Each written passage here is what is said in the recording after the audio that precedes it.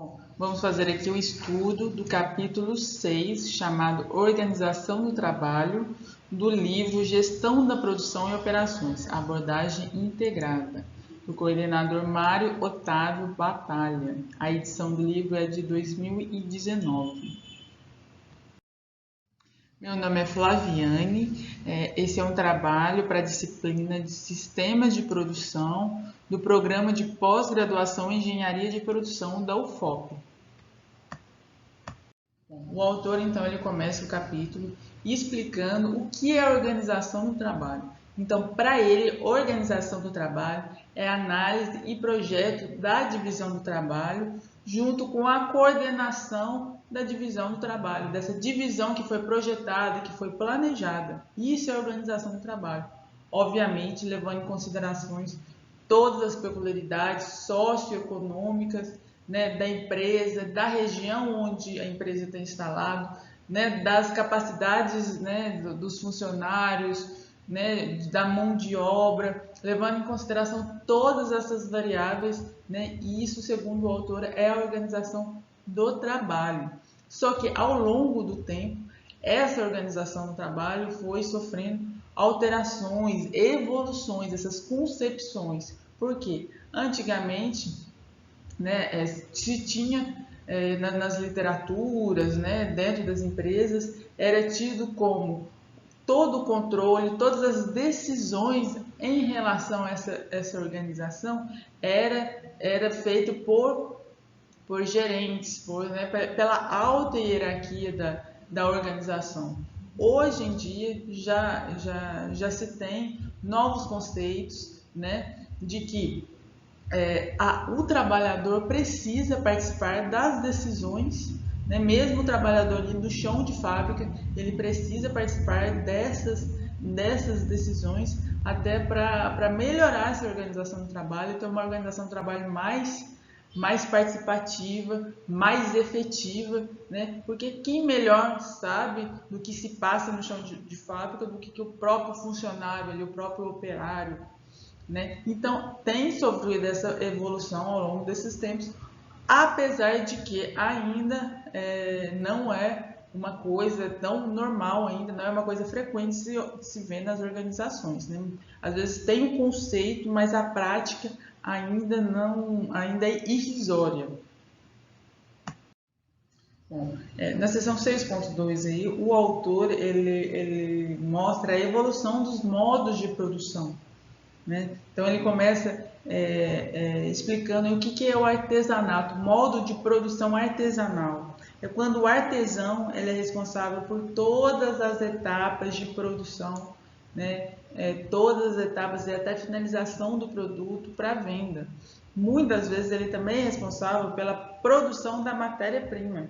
Se a gente pegar um exemplo do queijo, de um queijo artesanal, muitos queijeiros eles também né, criam as vacas leiteiras, tiram leite dessas vacas leiteiras para a produção do próprio queijo.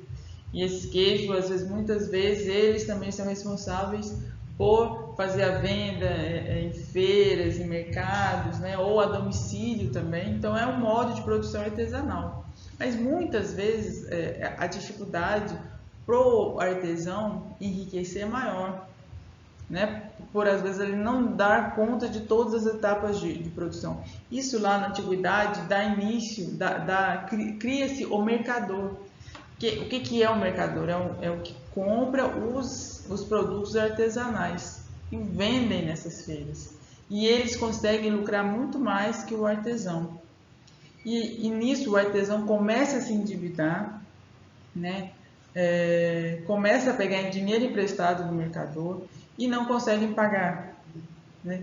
E aí o mercador toma entre aspas, né, compra essas ferramentas como pagamento, né, do artesão, as ferramentas que ele usa.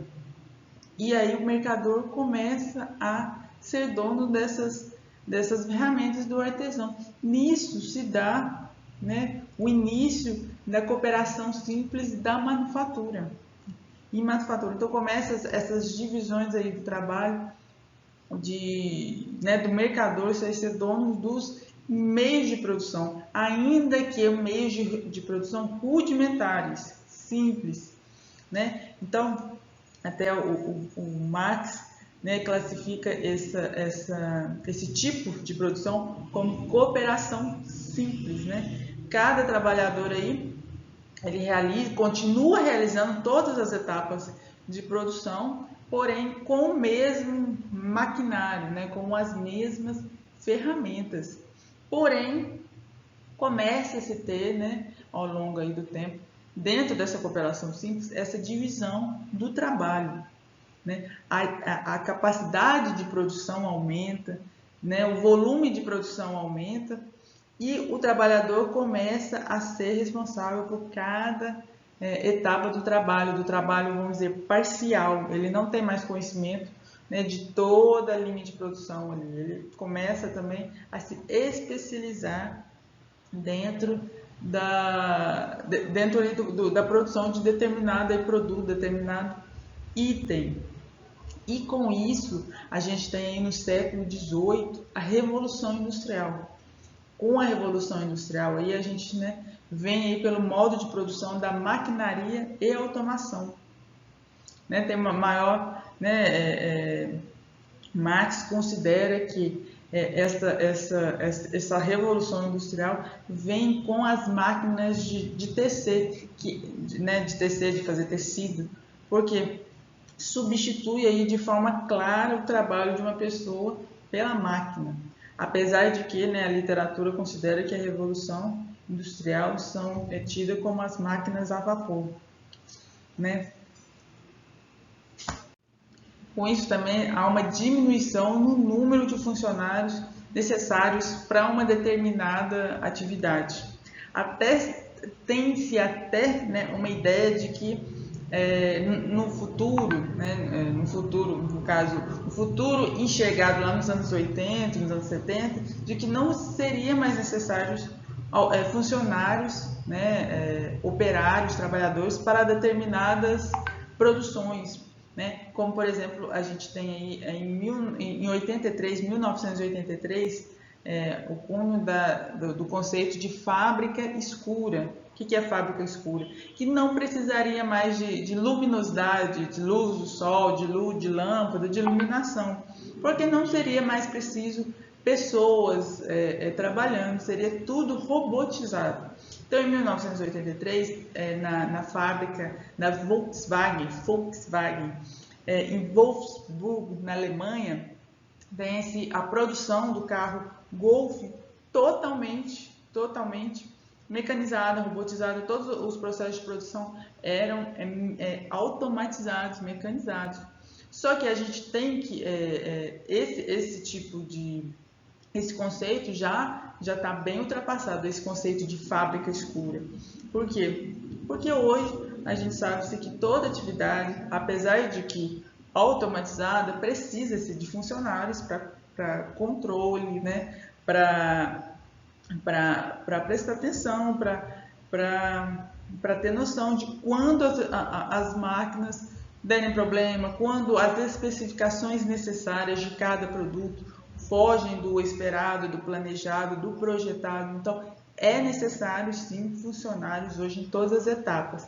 E essa função de cada funcionário é uma responsabilidade muito maior, né? Porque é o resultado da produção toda. Então, o que acontece com essa maquinaria e automação nos dias atuais? A responsabilidade do trabalhador aumentou, mas ele ainda é necessário em todas as etapas.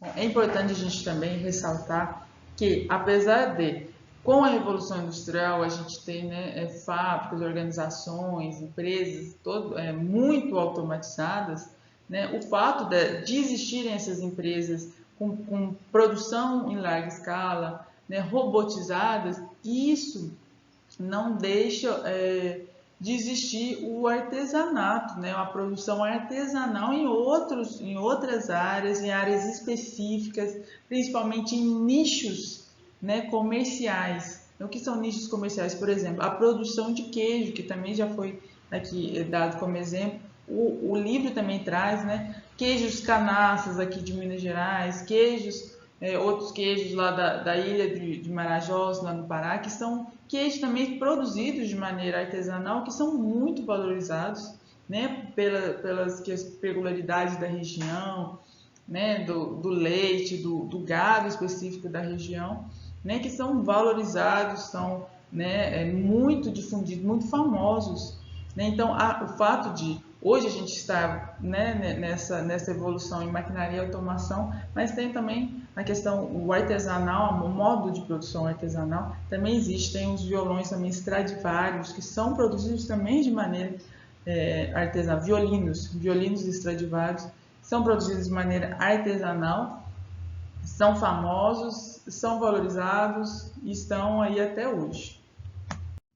O modelo taylorista-fordista, né? Aí a gente começa a falar aí sobre o Taylor e o estudo de tempos e movimentos. Né? Taylor, ele trabalhava numa empresa na Pensilvânia, Estados Unidos. Ele começou como operário, né? Depois ele se tornou chefe, depois ele se tornou gerente.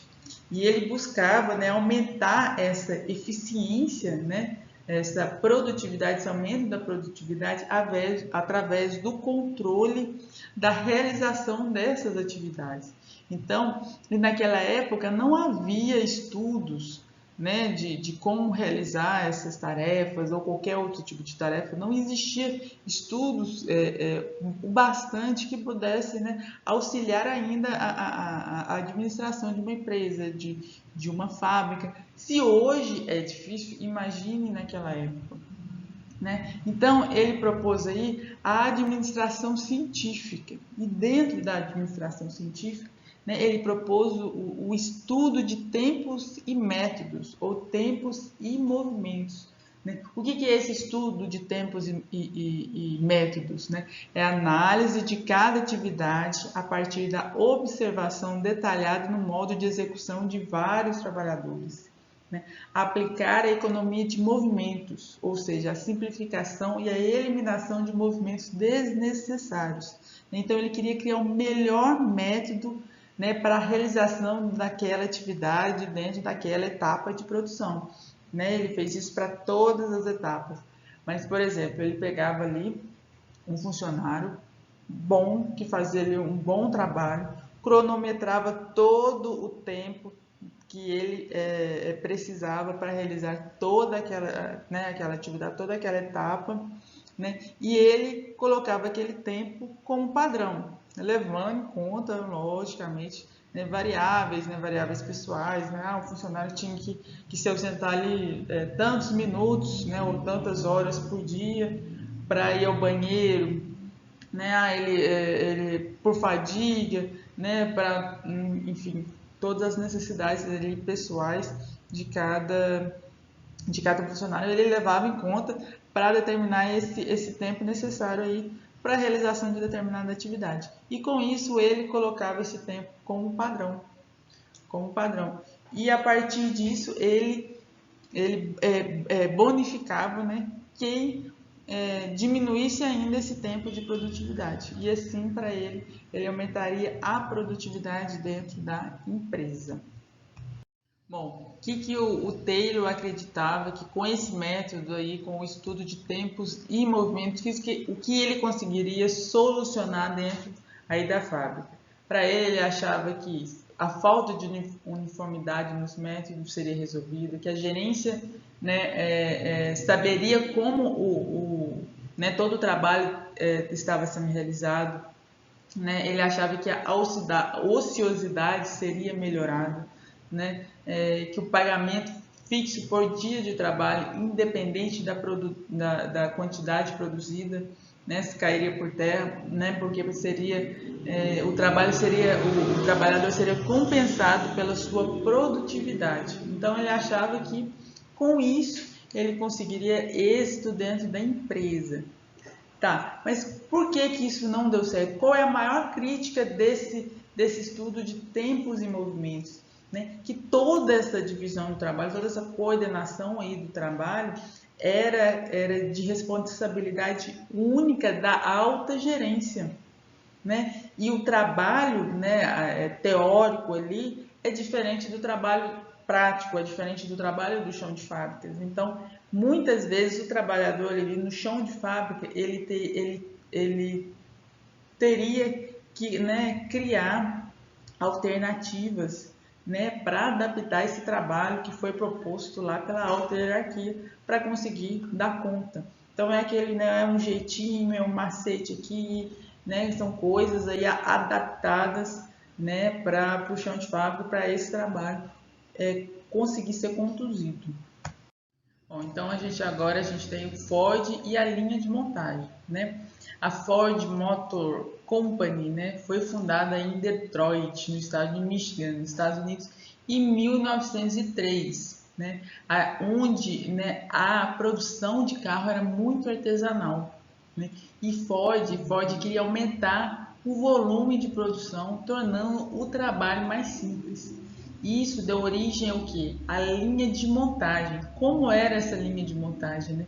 Era uma esteira onde o carro era passado, né? O carro estava dentro dessa esteira e ele andava, o carro passava nessa esteira a cada estação de trabalho, a cada trabalhador. O trabalhador colocava ali uma peça no carro, passava para outro trabalhador, o carro andava mais um pouquinho, mais uma peça, né? Então essa linha de montagem permitiu uma diminuição no tempo de produção dos carros, né? Aqui o autor ele traz até assim, algumas estatísticas aqui que antes o chassi do carro era montado em média 12 horas, demorava em média 12 horas para ser montado o chassi de um carro. Com essa linha de montagem, né, o chassi de um carro era montado em 1 hora e meia, né, com 45 operações diferentes. Né? Então, isso trouxe uma alta especialização de cada funcionário ali, só de colocar uma pecinha.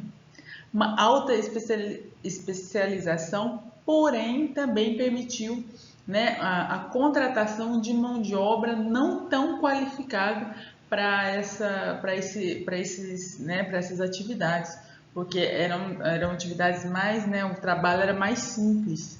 Né? Então, o funcionário, né, não precisava ter um conhecimento tão prévio da atividade que ele realizaria.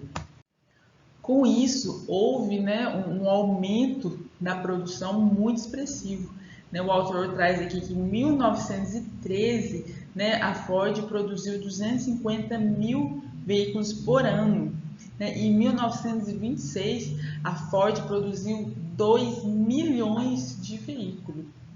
Então, deu um grande salto aí na produtividade, né, na produção anual de veículos. Bom, há críticas também a esse modelo, assim como o modelo de Taylor, que o trabalhador ele não tinha um poder de decisão, né, da organização do trabalho, assim também como, né, lá no Taylorismo também não havia.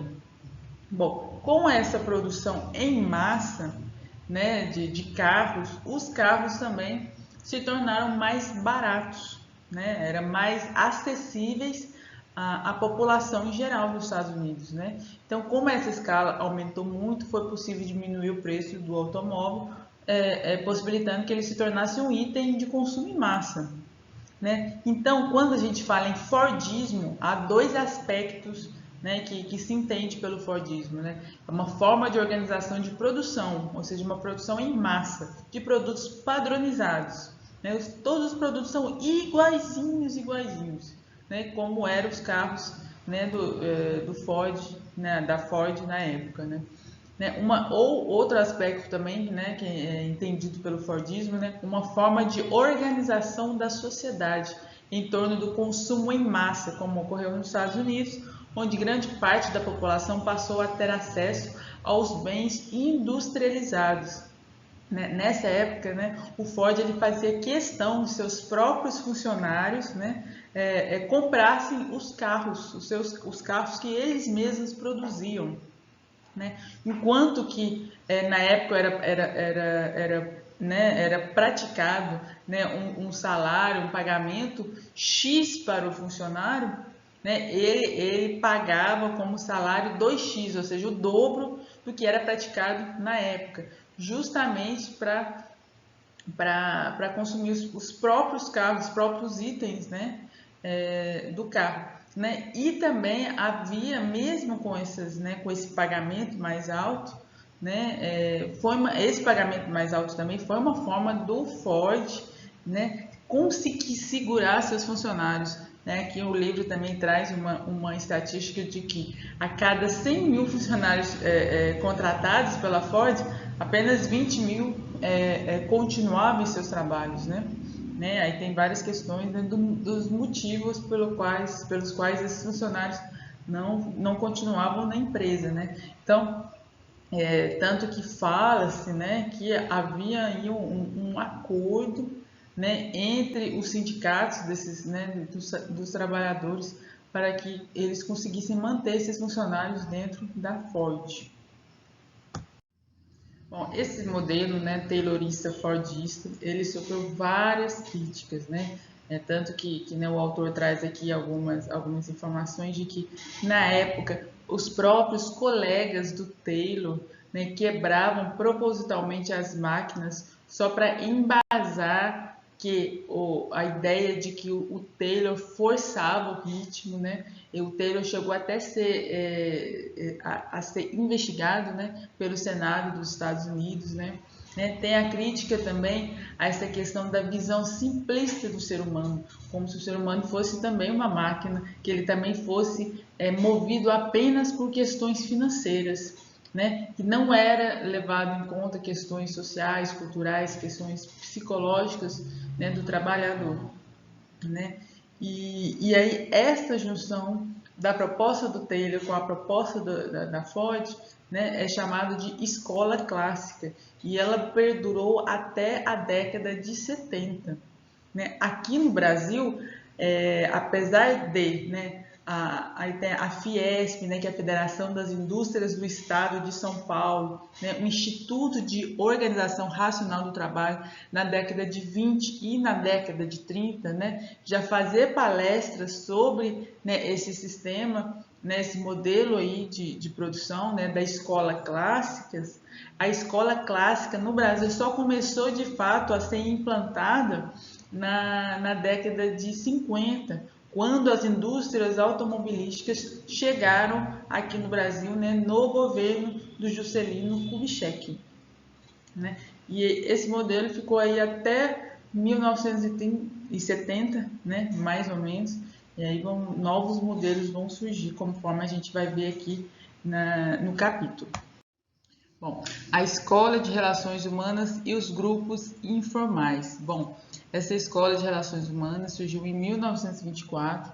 Era um grupo de pesquisadores da Harvard, né, liderado aí por Elton Mayo. Eles fizeram algumas pesquisas, né, na companhia de Western Electric Company, produtora de telefones e componentes elétricos, né, localizada em Chicago. Inicialmente, eles né, levantaram a hipótese de que a luminosidade, né, um aspecto físico, a luminosidade, né, lâmpada ou a luz solar, né, influenciava, né, a produtividade. E eles começaram a fazer essa pesquisa e eles perceberam que a luminosidade não interferia tanto na produtividade, apesar de a produtividade continuar aumentando. Né? Então, na fase seguinte, o que eles fizeram? Eles separaram, né, um grupo de 6 funcionários que eram responsáveis por produzir, né, por montagem dos relés. Né? E aí foram feitos intervalos de descanso, né, já programados aí com esses seis funcionários. E o que foi observado? Foi observado um aumento de produtividade. Né? E após um período de tempo, esse benefício, né, desse intervalo aí de uma folga foi retirado. E mesmo assim, mesmo após retirar essa variável aí, a produtividade continuou aumentando, né? O que levou aí ao grupo a fazer vários outros questionamentos, né? Então, a partir disso, o grupo, né, os pesquisadores começaram a estudar as relações humanas dentro da empresa, né, e deixar essas questões físicas, como por exemplo a luminosidade, né, de lado. Aí começaram a fazer entrevistas, começaram, né, a outros tipos de métodos, né, e constataram que tem a existência de uma forma diferenciada de organização do trabalho, onde eles atingiam um certo nível de produtividade. A partir do momento que atingiu esse nível de produtividade, né, a produtividade diminuía, a produção, né, já caía. Por mais que houvesse algum funcionário que estivesse ali produzindo um ritmo maior, os que estavam produzindo um ritmo menor pressionavam esse funcionário de ritmo aumentado a baixar também, né, a sua produção. Então, daí começou esses estudos, essas escolas de relações humanas, né, surgiram. Alguns resultados da pesquisa, né, eles perceberam que, né, o grupo social influencia no comportamento individual, né? Mesmo que lá o funcionário X, o operário X estivesse produzindo em grande escala, né, uma grande produtividade, o colega dele de trabalho falava, não, peraí, agora vamos dar uma baixada, né, na produtividade. Então foram algumas constatações que eles chegaram, né, que eles entenderam, né, que a produção resulta da integração social. Por quê? Quando eles foram fazer né, o trabalho lá, a pesquisa, dentro da sala não havia um supervisor, né, e eles perceberam que essa relação amistosa entre eles aumentava também a produtividade entre os funcionários, né? Esses dois aspectos limitam a eficiência do incentivo financeiro oferecido pelas empresas, né? Se não tiver esses aspectos, né, aí acima, questão da interação, da amistosidade, né, da amizade, vamos dizer assim, entre os funcionários, né, a questão financeira não vai suprir essas deficiências, né, deficiência de integração aí entre a equipe, né? E toda organização formal é composta por grupos informais que têm regras, líderes, valores, né, formas de recompensa e punição próprios. Né? Os grupos informais não são necessariamente, né, aí os objetivos da organização funcional. Né? Os grupos informais não necessariamente são contrários aos objetivos da organização formal. Né? Isso qualquer pequeno grupo, não precisa ser um grupo grande de funcionários, né? Essa empresa onde essa pesquisa surgiu e onde esse modelo surgiu, tinha 21 mil funcionários, mas hoje dentro de uma empresa aí com 10 funcionários, a gente já consegue enxergar e identificar essas questões aí da empresa, né? Dentro aqui da farmácia, né, da nossa área, a gente vê muito um funcionário tentando às vezes ajudar o outro, tentando às vezes acobertar o outro, né? Mas assim, uma coisa que a gente percebeu que a gente faz aqui é a questão dos aniversários. A gente compra um bolinho para um funcionário, canta um parabéns, mas é tão bom e os funcionários também ficam tão felizes com essa comemoração, com essa festividade, quando marca alguma coisa para fazer, assim, uma pizza. Então, qualquer relação aí, a partir de 15 pessoas, de 10 pessoas, né, a gente consegue perceber isso. Também tem as pessoas, funcionários ali, vamos dizer, líderes, não adianta, existe dentro da empresa. Qualquer empresa aí com mais de 10 funcionários, que quando a gente quer que uma proposta seja bem aceita pelo grupo, antes da reunião a gente já conversa, ele já tem uma conversa prévia com o líder, vamos dizer assim, que a gente identificou, apesar dele não ser um gerente, dele não ter um posto de gerente, mas a gente sabe que ele exerce um poder de influência sobre os outros. Então a gente já tem uma conversa prévia antes da reunião, até para servir para a gente como um termômetro de como a equipe vai reagir a determinada decisão nossa, né, a determinada proposta nossa, né, de alguma mudança, né, dentro da empresa. Com a crise de 1929, né, então teve um baque em todo o setor econômico dos Estados Unidos. Então, essa pesquisa aí, né, da Escola de Relações Humanas, né, ela finalizou em 1932. Talvez se não fosse essa crise de 29, teria, né, muitas outros estudos, outros benefícios, né, muita da concepção aí da organização do trabalho poderia ser diferente. Bom, aí a gente tem, né, a proposta de enriquecimento de cargos, né, feita pelo Harrisburg. Bom, o Harrisburg ele fez alguns estudos, né, do que motivava, de qual era a visão do trabalhador, né, frente à dinâmica de trabalho. Né, ele identificou que os fatores que causam insatisfação do trabalhador são chamados de fatores de higiene, né? E são fatores que são extrínsecos à realização da atividade. E que os fatores motivacionais, né, motivadores, são os fatores intrínsecos à atividade, ou seja, como a atividade é realizada, né, a disponibilidade de ferramentas necessárias, né? Então, ele identificou esses dois tipos de fatores dentro da dinâmica do trabalho. Né? E com isso ele propõe um enriquecimento de cargo. O que é o enriquecimento de cargo? Né? É a maior autonomia do trabalhador em relação ao trabalho. Né? É a assunção de responsabilidades sobre um conjunto de tarefas mais complexas. Né? Então, com isso, o trabalhador se sentiria mais valorizado, né? Seria uma motivação a mais para ele realizar as tarefas dele.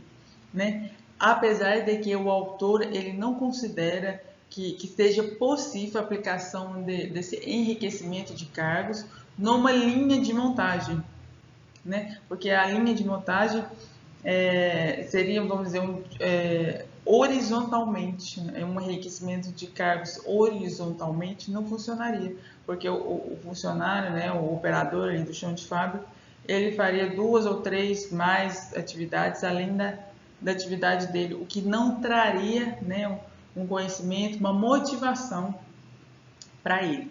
Esse método surgiu por volta da década de 20, não substituiu nenhum modelo, né, mas um pouquinho do conceito dele foi aplicado nos modelos aí Fordista e Taylorista, de maneira tímida, sim, mas ele perdurou até a década de 70, que a gente vai ver mais outros modelos. Todos os modelos de organização do trabalho que a gente, né, discutiu e estudou até aqui foram até a década de 70. Nessa época surgiram outros estudiosos, né, que identificaram que esse sistema de produção em massa, né, entraria em colapso. Né? Então, eles propuseram ali a especialização flexível. Né? Qual que é a diferença entre a especialização flexível e a produção em massa que estava vindo desde Taylor, de Ford até então? Né? Em relação aos produtos, né? Os produtos eram extremamente padronizados, enquanto a partir da década de 70 eles seriam mais diferenciados. Né? As máquinas, os trabalhadores eram semi-qualificados. Por quê? Porque, né, era só encaixar uma peça, encaixar sempre a mesma peça, como na linha de montagem, né, por exemplo, nos automóveis. Né? Já na especialização flexível, eles teriam que ser mais qualificados. Né? As pequenas empresas, né? Na produção em massa, as pequenas empresas eram sempre dependentes das grandes. Né? Na especialização flexível, isso já não é tão dependente. Né? Tem os distritos industriais. Né? A gente vai agora tratar melhor dessas diferenças, dessas propostas a partir da década de 70. Bom, temos modelos alternativos aí, né, de organização do trabalho. né? Um deles é o modelo italiano, né? Na década de 70 teve um dinamismo econômico muito grande na região centro-norte oriental da Itália, ou seja, da metade da Itália para cima. Aí, né, nessa figurinha que está aí, a gente pode notar aí que é na parte branca aqui e parte verde da Itália, né? Que tem cidades como Bolonha, Carpi, Modena, Parma, né? Também famosa pelo presunto de Parma, e várias pequenas, né? Pequenas empresas que algumas delas futuramente, né? Cresceram, né? Mas pequenas empresas se concentraram nessa região, né? Muito também que é a reconstrução de cidades, né? Destruídas pela Segunda Guerra, que receberam, né, incentivos, né, receberam aí investimentos para crescer, né, e também pequenos sindicalistas também que construíram essas empresas, que montaram, e aí a gente tem aí pequenas empresas, né, que aglomeraram nessa região, né? E promover uma autonomia das grandes empresas, né? E essa aglomeração de empresas permitiu que o subfornecimento, né? Uma empresa fornecendo para outra, né? Colaboração entre as empresas, criação de condições externas positivas, né? Trabalhadores qualificados devido às escolas técnicas existentes, né? Se houve muito, né, a atração das empresas, também houve, isso aí foi um atrativo também para serem montadas escolas técnicas, né? Ou seja, havia uma disponibilidade de trabalhadores com qualificação, né, no mercado, então isso aí permitiu um desenvolvimento muito grande econômico aí na região, né? E aí a gente tem também os sindicatos dos trabalhadores, né, também muito atuante nessa região, o que permitiu também uma valorização dessa divisão do trabalho, uma valorização da organização do trabalho mais voltada para, né, o trabalhador. Há muitos estudos ainda que estudam esses modelos, principalmente para desenvolvimento de pequenas cidades, pequenas regiões mais tímidas de outros países também, né, para fomentar aí a economia da região. Ou é nessa região onde está instalada a empresa, a fábrica da Ferrari, a fábrica da Lamborghini e da Maserati, né, que são carros aí esportivos de luxo que são conhecidos no mundo todo. Bom, a Alemanha ela não quis bater de frente, né, com os Estados Unidos e Japão, né, na área de produtos eletrônicos, aí, né, informática, e resolveu investir onde ela tem vantagem competitiva, que é na produção de equipamentos, de instrumentos de precisão e de química fina, né? E qual que é o modelo alemão aí para a organização do trabalho? O modelo alemão propõe as ilhas de produção. O que são ilhas de produção? Né? São grupos de funcionários aí que são responsáveis, né, por todas as atividades referentes aí à produção, e eles também têm um poder de decisão aí né, para controle, para mudar determinada atividade, né, para realocar, né, os recursos aí necessários para a produção. Então, o modelo de alemão aí é resumido em ilhas de produção. Bom, produção enxuta, né? Ela surgiu no Japão, né? Ela vem no pós-guerra, né? Durante a Segunda Guerra Mundial, o Japão sai devastado, perdeu a guerra, né? Há uma escassez de recursos, há inflação, né? Os Estados Unidos, né, tentando democratizar, né, o Japão. Então, o Japão está totalmente em baixa, né? Os Estados Unidos impõe também leis antitrust, né, e demissões dos executivos, né, das empresas dessas empresas japonesas, né?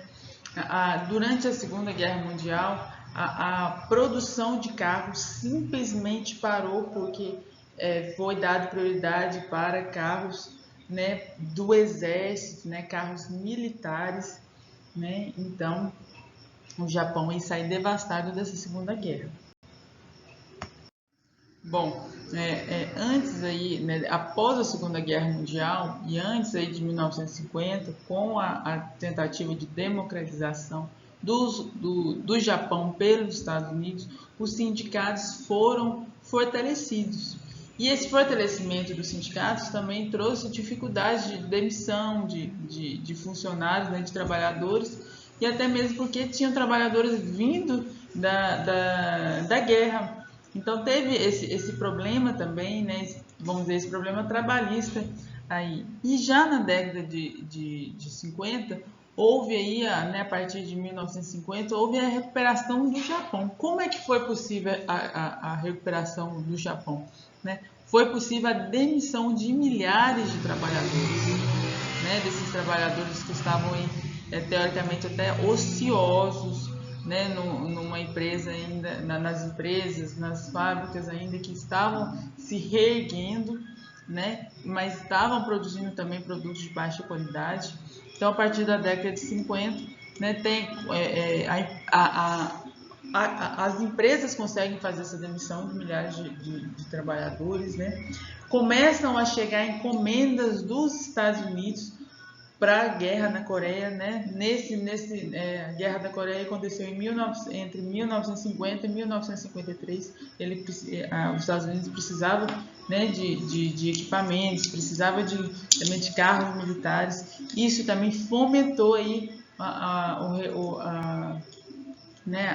Japão a reerguer, e teve também pesados empréstimos.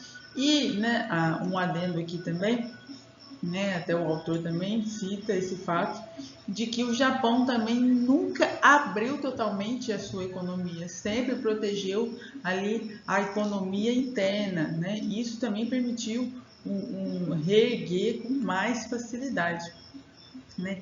E aí com isso, né, a produção foi crescendo, a Toyota e a Nissan, né, também foram crescendo, foram tendo que adotar, né, métodos aí de qualidade, né, para se adequar ao mercado externo, né, devido também a essas encomendas dos Estados Unidos. Então, Nissan e Toyota crescendo, criando métodos aí de qualidade para atender aí as especificações estrangeiras. Então, nesse contexto, né, do pós-guerra, as empresas no geral tiveram que se adaptar suas produções, suas técnicas de produção, né, o novo dinamismo vigente, né, de produção, né, nas fábricas. Duas fábricas automobilísticas, né, tiveram, né, destaque nesse cenário, que são a Nissan e a Toyota, né, que tiveram que se adaptar, né, às novas técnicas vigentes no pós-guerra, né, mas principalmente a Toyota. O caso da Toyota é muito estudado até hoje e é o caso que o autor traz no livro, né? O que a Toyota fez? A Toyota, ela diminuiu o volume de produção, né, volumes pequenos de produção, com carros mais diferenciados, né? Até então a gente tinha produção em massa, né, com Taylorismo, e carros padronizados. Aqui a gente já tem o contrário, volumes pequenos de produção e, né, carros diferentes, né, cores diferentes, né, mais detalhes, né, que se diferenciavam entre si. A gente tem também a produção puxada, né? Uma etapa de produção só era autorizada a acontecer se houvesse, né, a demanda da etapa seguinte de produção, que precisasse, né, realmente da etapa anterior. O que isso significa? Significa a diminuição do estoque, aliás, a redução do estoque a praticamente zero. Se houvesse, né, qualquer desvio nas especificações, qualquer problema na produção, a produção da planta era parada, porque não havia estoques para amortecer qualquer tipo de problema que houvesse, né? Então, dentro desse sistema aí de produção enxuta, surgiram várias metodologias, né? Mas duas muito estudadas, muito praticadas até hoje é o Just in Time e o Kanban, né? O Just in Time aí prega o estoque zero, né? E a produção é exatamente de acordo com a demanda do produto, né? E o Kanban usando cartões para sinalizar para os funcionários o momento de produzir, o momento de transportar, né? Dando mais autonomia também para o funcionário. Então, como que era a produção na Toyota? Eram pequenas células de trabalhadores, né, de operários responsáveis pela montagem de determinadas peças.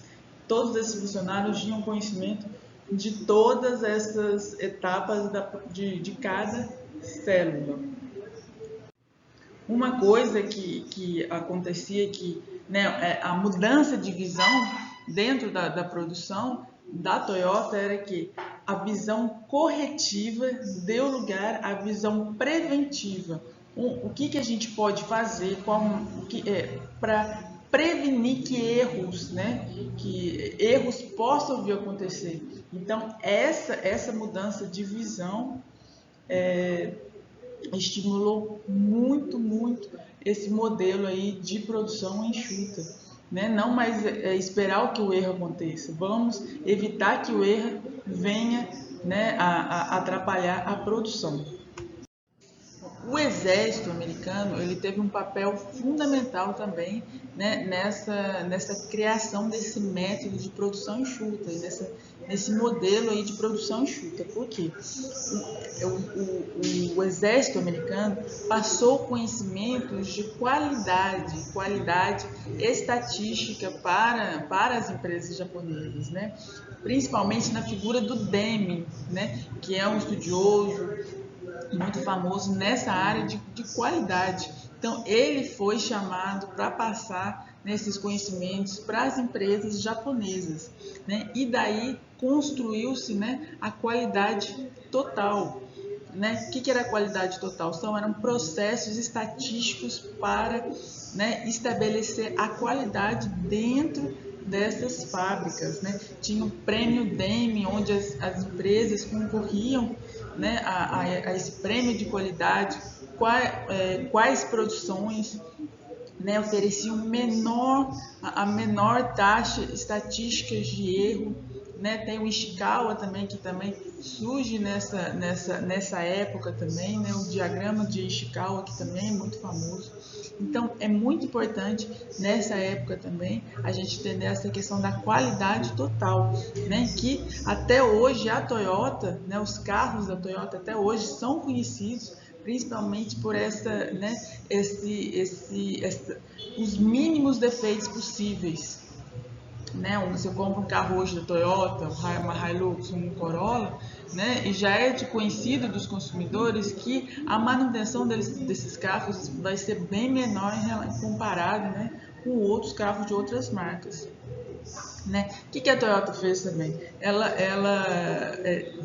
construiu mais fábricas com menos trabalhadores para facilitar a administração dessas fábricas, né? Para ter contato com os gestores, ter mais contato direto com esses operários, para conseguir também dar mais autonomia para esses funcionários, apesar de que dar essa autonomia, mas com um certo controle.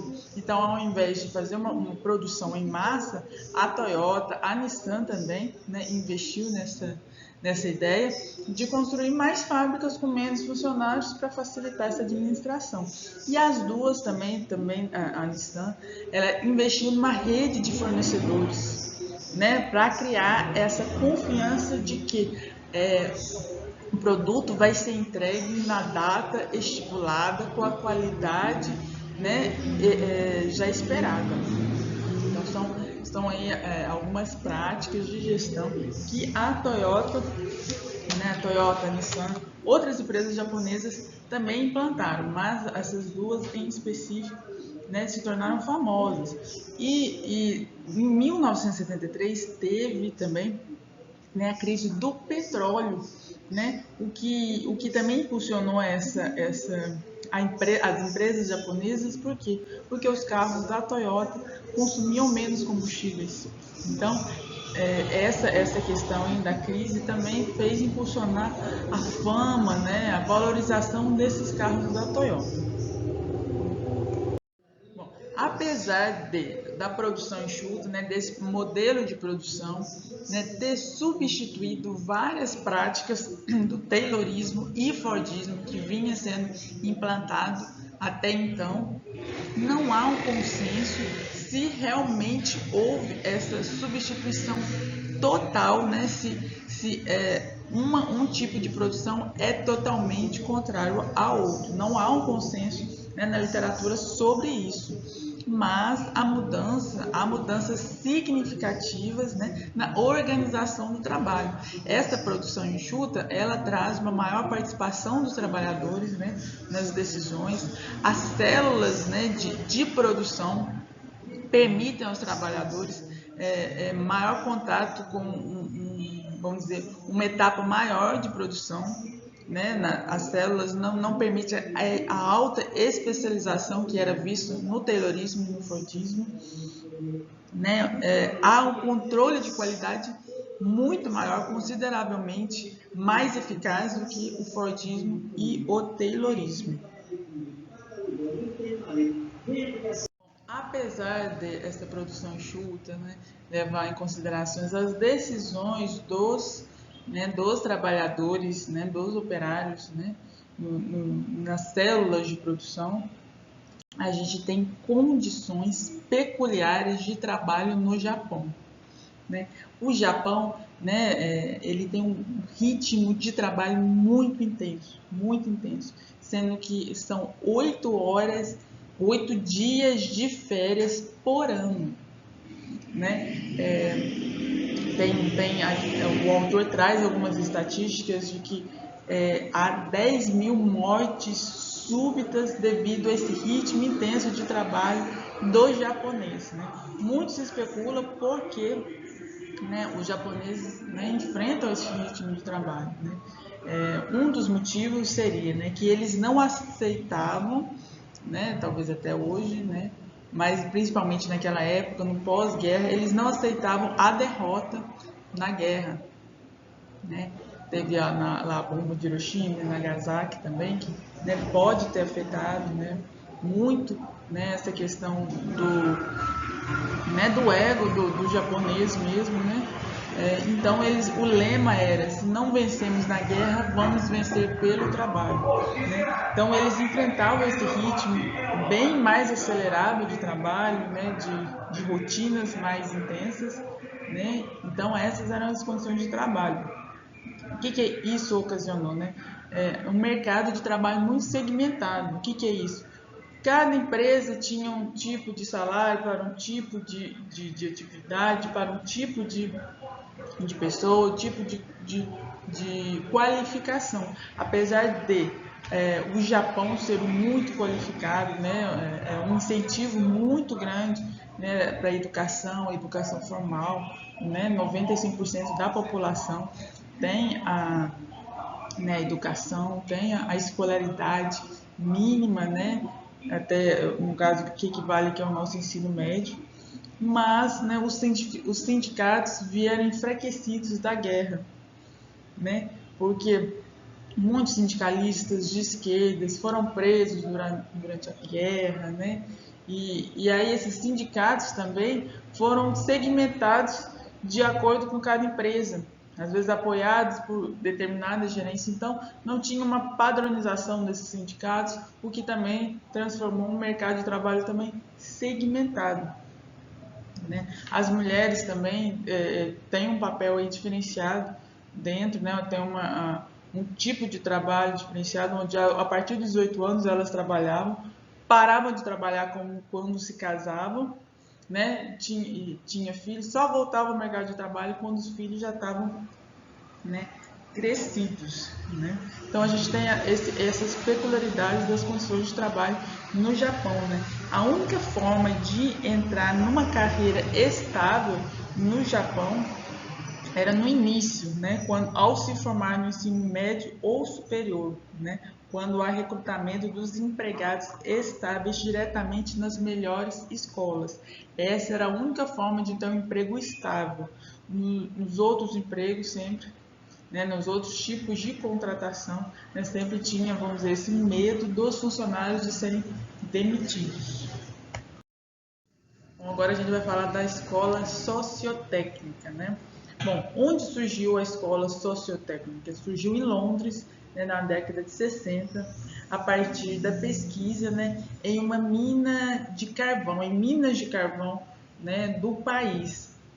Né, observou-se o quê? Que quando o trabalho era organizado em grupos, a produtividade era maior. Então, a partir desse estudo aí, em minas de carvão, né, se deu o surgimento da escola sociotécnica e dela, né, se estabeleceu-se vários princípios. Aqui a gente vai falar de alguns. Né? A gente tem o princípio da compatibilidade. Esse princípio aí é considerado o princípio básico de todos os outros princípios, né, que o estudo traz. Né? Por quê? Porque fala que o projeto, né, de fábrica deve ser participativo, né, envolvendo representantes de várias, né, de várias etapas de produção, né, que tem vários interesses dentro da organização do trabalho. Então, esse princípio da compatibilidade, né, é o princípio basilar de todos os outros princípios. Daí vem os princípios, né, da organização do trabalho, que são trabalhadores multifuncionais, né? Todos os trabalhadores aí têm que ter conhecimento, né, de grande parte ou de toda a parte da produção, né, realizando diversas atividades e não apenas uma atividade, né, simples, especializada. Né? Outro princípio aqui da organização do trabalho é as especificações mínimas necessárias aos funcionários. Né? Cada funcionário ali ele deve receber uma especificação mínima de como a atividade deve ser realizada. Obviamente, né, essas especificações mínimas, né, é feita através de várias análises, né, muitas vezes entre tentativas e erros até se encontrar, né, o melhor a ser feito, né? E por que especificações mínimas? Para dar mais autonomia ao operário, ao trabalhador ali que está, né, que está inserido ali naquela dinâmica de produção, para dar a ele maior poder decisivo, né, de como será feita aquela produção, de como será realizada aquela atividade. Né? Lógico, isso aí muda, né, ao longo do tempo, né? Sempre é feito aí novas análises de como essas especificações mínimas, né, se adequam àquele sistema produtivo, né? Não são, vamos dizer, especificações vitalícias, né? Mas isso aí é importante para que o operário ali, no contato com sua atividade, ele tenha também essa autonomia para decidir como será feita a atividade. Outro princípio aí é o controle das variâncias pelos trabalhadores, né? Também esse princípio também vai também aí tem afinidade com o princípio anterior. Por quê? É o operário ali que vai controlar mais de perto, né, como será a variância, né, da atividade dele. Isso vai trazer o quê? Maior rapidez na resolução dos problemas do chão de fábrica, né? Não vai ser preciso sempre os problemas chegarem na alta gerência, na hierarquia, né, no sistema administrativo da empresa. Os trabalhadores vão ter sempre autonomia para resolver problemas, né, vamos dizer, menores também, dentro do chão de fábrica. Isso também vai trazer ciclos de aprendizado, né, no ambiente de trabalho. Em relação à organização geral da empresa, né, a gente tem os princípios aí da sociotécnica, que é a locação de fronteiras. O que é a locação de fronteiras? É criar departamentos, criar setores, mas de maneira que não impeça aí, né, a troca de informações, troca de conhecimentos, troca de aprendizado entre eles. A gente também tem o princípio da congruência, que é ter uma relação, né, entre os núcleos operacionais e os núcleos de apoio, né? É o setor operacional, são os operários ali do chão de fábrica, também tem a relação dos operários com o setor de marketing, com o setor financeiro, com todos os setores, né, aí que o autor chama de setores de apoio, né? E tem também, né, os princípios que estão dentro da dinâmica organizacional, que tem o princípio da organização transacional, que é a mudança organizacional em direção à sociotécnica, né? Que é necessário projetar a organização de transição considerando toda a mudança de valores, mudanças, né, pressupostas e as alterações práticas que acontecerão. Né? Também a gente tem o princípio do incompleto. O que é o princípio incompleto? Né? Que o sistema de trabalho é um sistema dinâmico e ele precisa ser revisto, revisado a todo momento também em busca das melhores práticas, das melhores, né, intervenções aí para melhorar o ambiente de trabalho. Tudo que a gente viu aqui sobre a escola sociotécnica, né, e que o autor também reforça nessa sessão, né, é que o trabalho em grupos semi-autônomos é fundamental, né, para o sucesso dessa escola, né, da escola sociotécnica, ou seja, a valorização do trabalho em grupo e, consequentemente, também os resultados são avaliados pelo grupo, são associados ao grupo e não apenas a um indivíduo, ou seja, né, não há alocação do trabalho ao indivíduo, são as células de trabalho.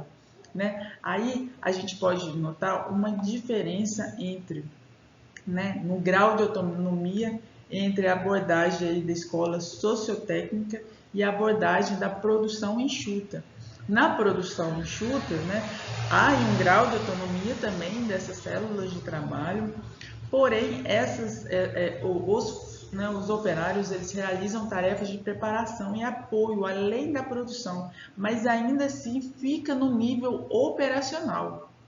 Já na escola sociotécnica, esse nível de autonomia já pode ser considerado um nível tático e até estratégico, né? de enxergar ali a produção. Então, essa é a diferença entre a escola sociotécnica e a escola, né? E o pensamento de produção enxuta. Né? Há um grau de autonomia, mas em diferentes níveis táticos. Tá. Como que a gente consegue fazer isso funcionar? Através de indicadores, né? O indicador, né, é muito importante nessa escola sociotécnica para né, indicar, né, para identificar se esses grupos semi-autônomos estão tendo resultados, né? Para colocar todos os operários na mesma direção. A gente precisa chegar a este ponto, a este indicador, né? A esta qualidade também, que é importante, né? Que também é muito aplicada aí nessa escola sociotécnica. Bom, depois de tudo que a gente viu nesse capítulo, né? O autor traz essa sessão em novos desafios para a organização do trabalho. Né? Para mim, realmente, eu, Flaviane, considero como o maior desafio dentro de uma empresa, que é como lidar com o ser humano, como lidar com todas as variáveis, com todas as peculiaridades, né? Com toda a trajetória pessoal que cada funcionário, cada colaborador carrega em si. Né? A gente busca essa flexibilidade, essa rapidez. Hoje tudo tem que ser, né, ter uma resposta muito rápida, né? E isso também traz consequências também para o operário, como lidar com isso, né? Que hoje um efeito de uma cadeia produtiva, né, de uma nova descoberta, esse efeito é visto, é percebido mundialmente. Como lidar com isso, né? A gente viu recentemente questões da pandemia, né? Como a produção afetou a produção de insumos farmacêuticos, insumos médicos, produtos médicos hospitalares, né, impactou em todas as cidades, né, do mundo, né, por causa da pandemia, né, a produção de máscaras, por exemplo. Então são coisas que são desafios para a gente, né? A gente pode-se dizer que estamos praticamente superando o Covid, né? Mas isso não nos deixa, né, vamos dizer, seguros de que novas pandemias, infelizmente, vão surgir, né, novas problemáticas de produção nessa área também vão surgir. Então, são desafios, né? Essa questão da inovação, a gente estudou em outros capítulos, né? A inovação de novos produtos, como criar novos produtos, mas a gente não pode enxergar a inovação apenas em criar um novo produto. A gente tem que inovar na visão produtiva, na visão do funcionário também, o que fazer para melhorar o ambiente de trabalho, para melhorar as condições de trabalho, melhorar também a visão mesmo, né, a longo prazo, né, prever coisas que até então eram imprevisíveis, né, mas aí a gente já tem, por exemplo, esse conhecimento de como lidar com uma pandemia. Então a gente também tem que levar esse conhecimento, essa inovação que a gente conseguiu também para prever coisas, né, que até então a gente achava que não ia acontecer, a probabilidade de acontecer era muito pequena. Hoje a gente já tem que ter essa visão clara de que a probabilidade aumentou, né? Essa gestão por indicadores também, que a escola sociotécnica traz, é uma coisa boa, essa autonomia é uma coisa boa, mas a gente tem que também ter muito cuidado que, ao analisar esses indicadores de desempenho, a gente tem que fazer uma análise ampla e não apenas levando em consideração esses números, porque o fato da equipe, né, não atingir a meta, né, estipulada ali, não quer dizer que foi por mau desempenho daquela célula, por aquela equipe, né? Tem várias variáveis que influenciam esse desempenho. A gente, e muitas vezes, quando a gente, vamos dizer, desconta esse não desempenho, né, se não, quando não atinge esse índice aí de desempenho estipulado pela empresa e a alta hierarquia, né, a alta gestão atribui isso àquele grupo de funcionários, o efeito é catastrófico, né, porque ao invés do funcionário, né, participar ali na discussão por que não foi atingido aquele desempenho, o funcionário se revolta contra a empresa, contra a hierarquia, se sentindo muitas vezes né, que ele não tem culpa, se sentindo vitimizados, se sentindo injustiçados por aquilo. E a produtividade cai ainda mais, né? E muitas vezes os objetivos do funcionário passam a ser objetivos contra a empresa. Então são desafios, né, que a organização do trabalho aí deve constantemente, né, se reprojetar, se reanalisar e se adaptar também às condições culturais de cada empresa, de cada região, de cada cultura, né? Não, apesar da gente ter estudado aqui várias escolas, mas não deve esse estudo, a aplicação dessas técnicas não deve ser